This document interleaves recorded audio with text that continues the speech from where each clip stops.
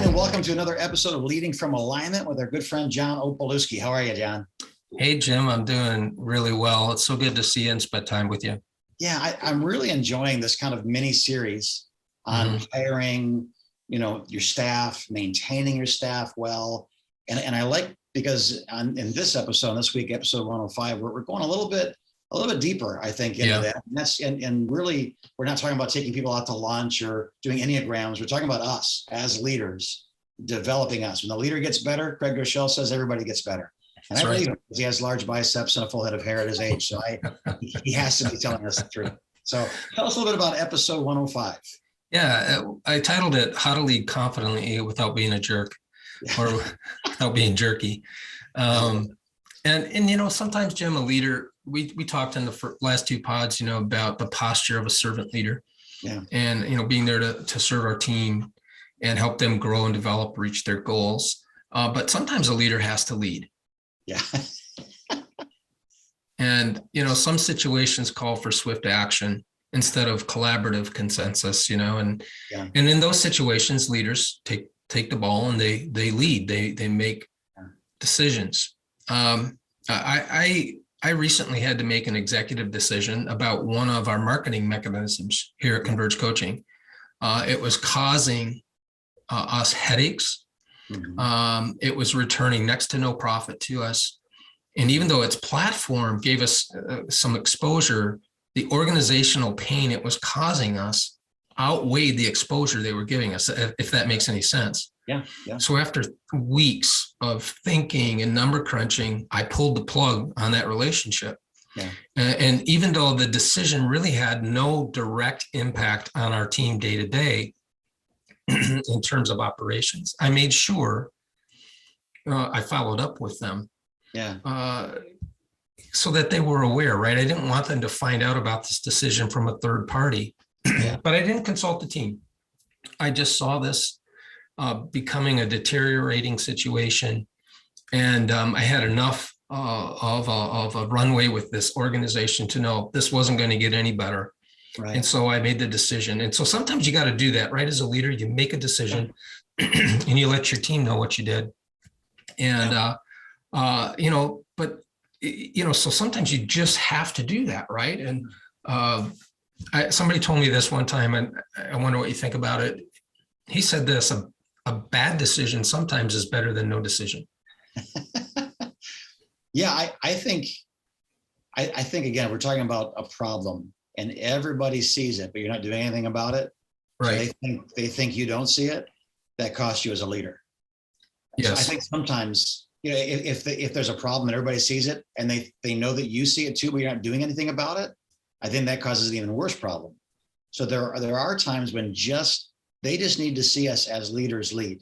We're not managers. We're not looking at an employee handbook to decide.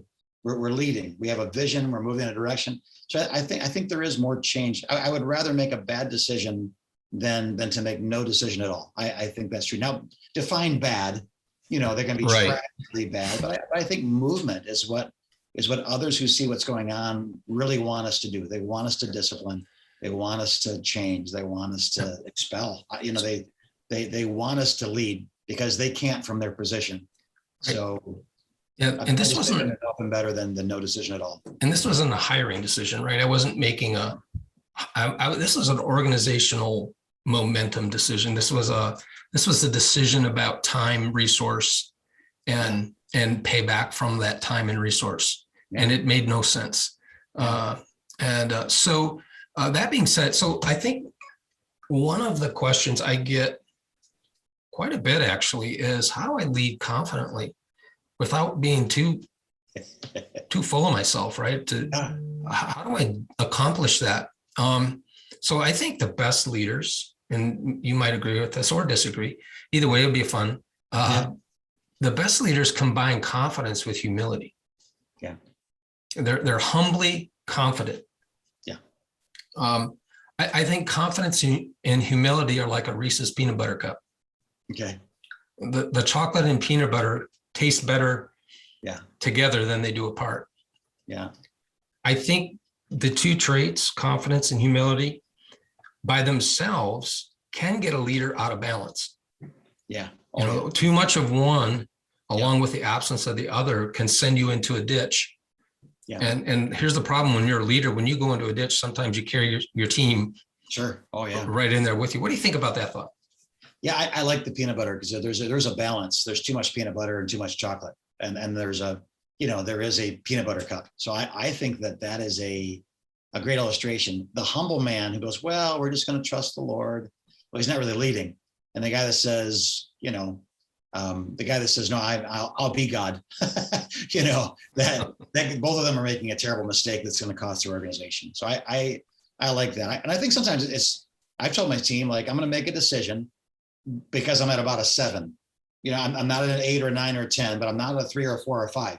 It's time to make a decision. Yep. I'm not overly confident that I'm making the right one, but I feel like the circumstances demand action. And so a 7 is good enough for me to make a decision here, and I'm going to make it, Yep. So I'd like us to talk about how we can be confident as leaders without, morphing into some sort of jerk, or heavy-handed leader. And we do that by integrating confidence and humility. Yeah. So here's a few ways I think we can do that. One, here's the first one, be open to constructive criticism from our team. We talked about this in the last pod, right?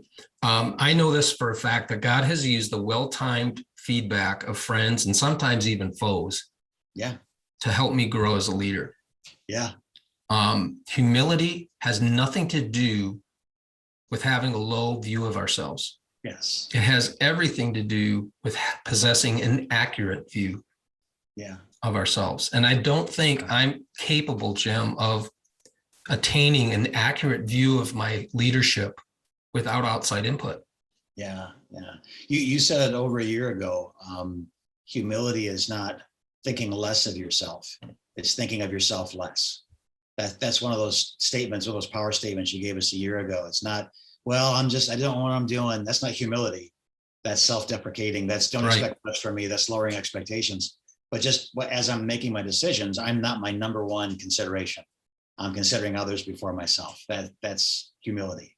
Yep. And I like that. I think, I want to make a good decision. I think it also, the rest of the team you're talking to, it brings them into a leadership role that certainly they will probably have at some point in their life. Correct. If your senior pastor can't teach you how to be a senior pastor, then what are you doing on that team? You're probably going to progress somewhere in ministry to some other position to on you're in at some point. So to have a father who teaches you how to fix what's wrong and bringing you into that process, I think is very valuable to your whole team. So it's not just you get a better outcome.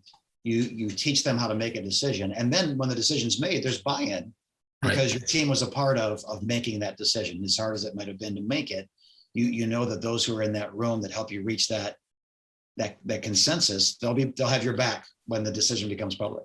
Yeah. So here's the second one, and we're going to sound like we're on repeat from the last pod, but I don't care. I'm going to say it again. Express gratitude to your team on a regular basis. Yeah. And gratitude is recognition that without my teammates, our organization will never reach its full potential. Yeah, right.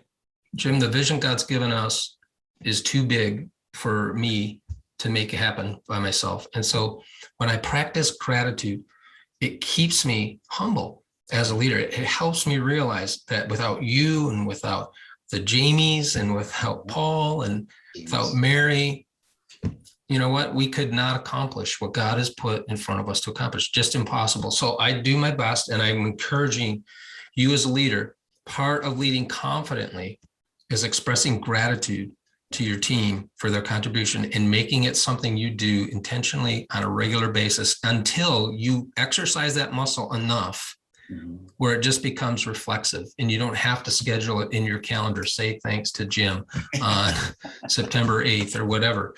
Yeah.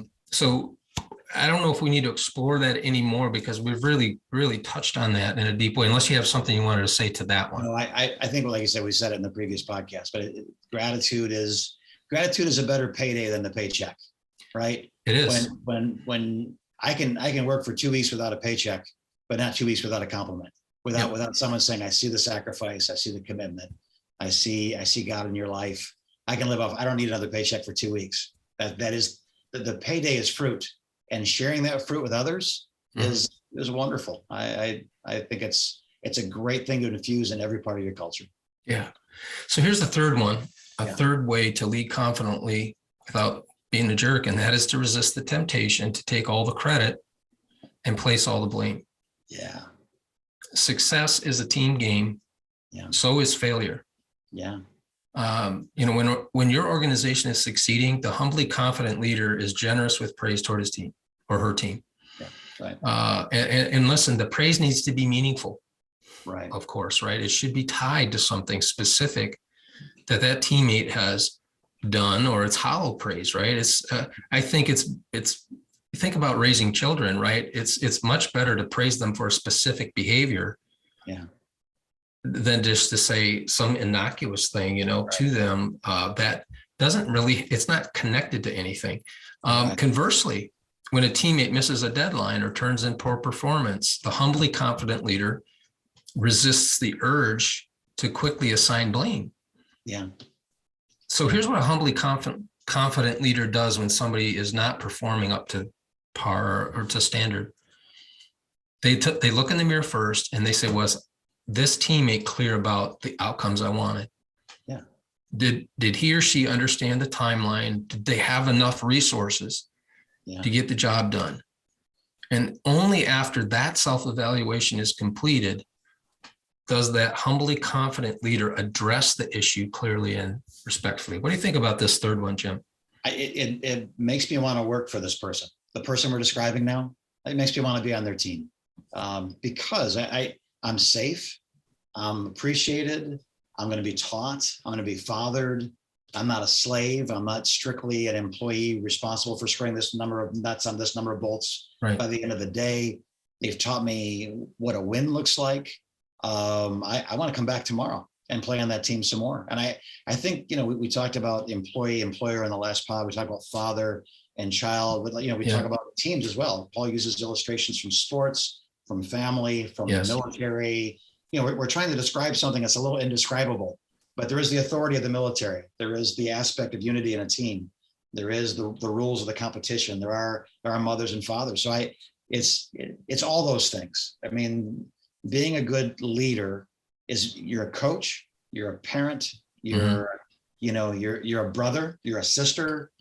Sometimes you're the recipient as a child would be of the wisdom, regardless of the position. You recognize truth is coming from the Lord through, in some biblical cases, a donkey.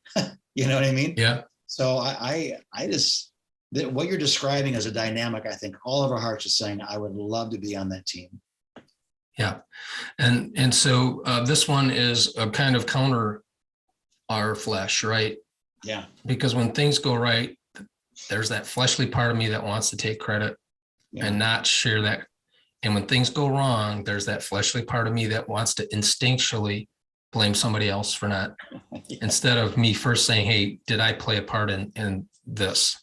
Yeah. So that's the third piece about leading confidently, but being humble at the same time. Let me give you one more. Yeah. And that's this: looking at setbacks as opportunities for growth. That's huge, John. And again, that I just described, I want to be on that team. That's a cherry on top of that sundae. It's not pass fail. It's not binary. It's growth. Yeah. That my leader is going to insist on maturity and help me with it. Insist on excellence and help me with it. Yeah. When I achieve it, there'll be praise. When I don't, there'll be this loving, tutelage, because I am trying as hard as I know how to try. Right. I think none of us are in the ministry or any leadership role for the money and the fame, right? There's no school teacher, there's no police officer, there's no, it's not for the money and the fame. It's a passion. It's a calling. It's an anointing. So here we are living this, and I'm already going to fight the devil. I'm already going to fight the culture. I'm already going to fight the world. I don't want to fight my leaders. I want my leaders to be, again, as invested in me as I am in their vision. Right. So when we say, man, that was a terrible flop. That was a horrible failure. You did an awful job. And we're both laughing. Yeah. And let me tell you 3 things to help you never to go there again. Because I did the same thing when I was at the same stage. Like they're joining me in my embarrassment, that's right, my humiliation, and saying, not saying it's okay, but saying, let me show you the way out of the hole. Sure. you just fell into. Yeah. How can we grow from this? What can we learn from it? So when you're a humbly confident leader, when there's a setback, you respond to that as an opportunity for growth. Yeah. And it's going to require you handling that with a blend of humility and confidence. Yeah. You know, I'm pretty sure this is universally true. Not one person on your team is perfect. Yeah. Including you. I just say, right? Yeah. Right. Leaders are works in progress who lead people who are works in progress. Yeah. And so, you know, leading this way, Jim, is totally within the reach of every person who's listening here. I believe that. You can learn. This isn't something you're gifted with. This is something you learn how to do. And you might be listening or watching today and saying, and you might need more confidence.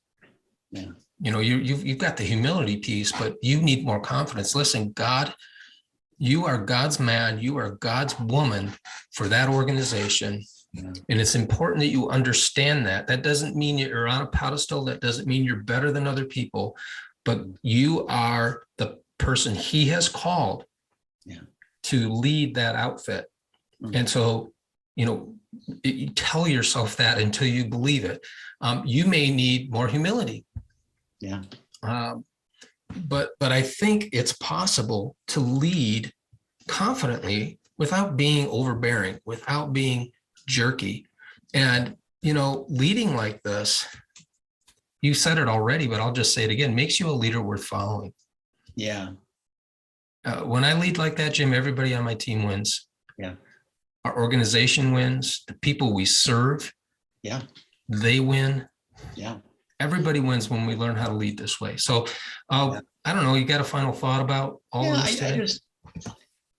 We're blessed with a long-term staff. We have staff members that have been here 23 years. Yep.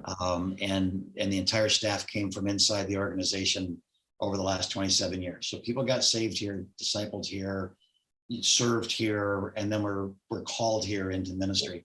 And I what's neat about that is every step requires what you're talking about. Not just from me, but from the whole team. People want to take a 50% cut in pay to be a part of it because God's called them here. Mm. And it's fun. I mean, it's not all fun, but man, it's certainly not all work either.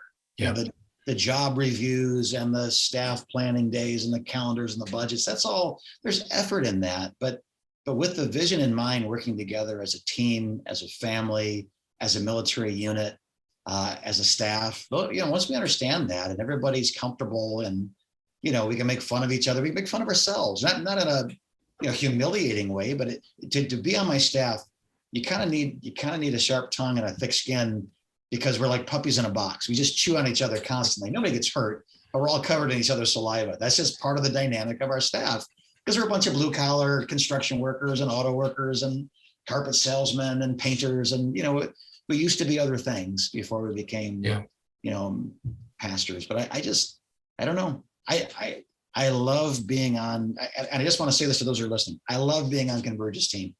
I don't have to do any of this. I don't, you know, there's no obligation. There's no, you know, money. There's no, it literally because it's fun to be on John's team. And I know I'm speaking for Mary.